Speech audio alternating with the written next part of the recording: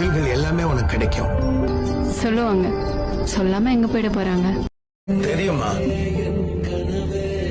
நான் உங்களோட கேட்கவா? எப்ப யாரு? என்னால சுத்தமா நிஜமாவே என்னால முடியல ரீனா. எனக்கு அதை சொல்ற அளவுக்கு தைரியம் இல்ல. உங்களால இந்த விஷயத்த சொல்ல முடியலனா வேற யார்கிட்ட போய் நான் கேக்குறது? நாங்க விட சொன்னதும் விட்டதும் எங்க அப்பா தான். அம்மா கூட தங்க விட்டதுக்கு ரொம்ப தேங்க்ஸ் சார். நம்ம ஹாஸ்பிடல்ல வேலை பார்க்குற டாக்டர் ரீனா இவங்களோட பொண்ணு இல்லைன்னு சொல்லுங்க.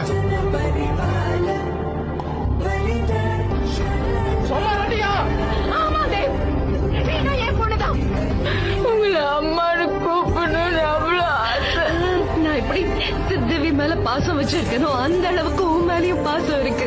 என் பொண்ணுன்னு தெரிஞ்சதும் நான் எப்படி திவ்ய கொஞ்சுவேனோ அதே மாதிரி உன்னையும் கொஞ்சணும்னு ஆசைப்பட்டேன். நான் எப்படி சித்துக்கு ஊட்டி விடுவேனோ அதே மாதிரி உனக்கு ஊட்டி விடணும்னு ஆசைப்பட்டேன்.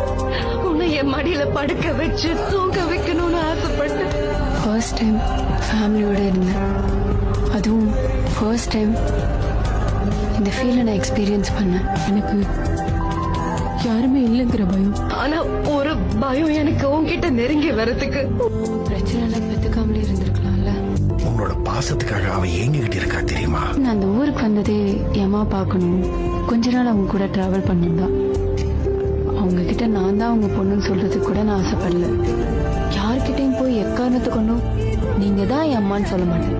இதை மட்டும் ரீனாவோட அம்மா பார்த்தாங்கன்னா ரொம்ப பெருமைப்படுவாங்க. அவங்க அம்மா பெருமையா தான் இருக்காங்க. நீங்க இத டாக்டர் ரதியா சொல்றீங்களா இல்ல அம்மாவா சொல்றீங்களா? ஃபர்ஸ்ட் டைம் உங்களை போட்டோல பார்த்ததுதான் இப்ப வரைக்கும் என் லைஃப்ல பெஸ்ட் மொமெண்ட். டாக்டர் விஜய், எல்லாருக்கும் கிடைக்காத அழகான ஒரு லவ் எனக்கு கிடைச்சது. ஒண்ணு மட்டும் நான் சொல்றேன்.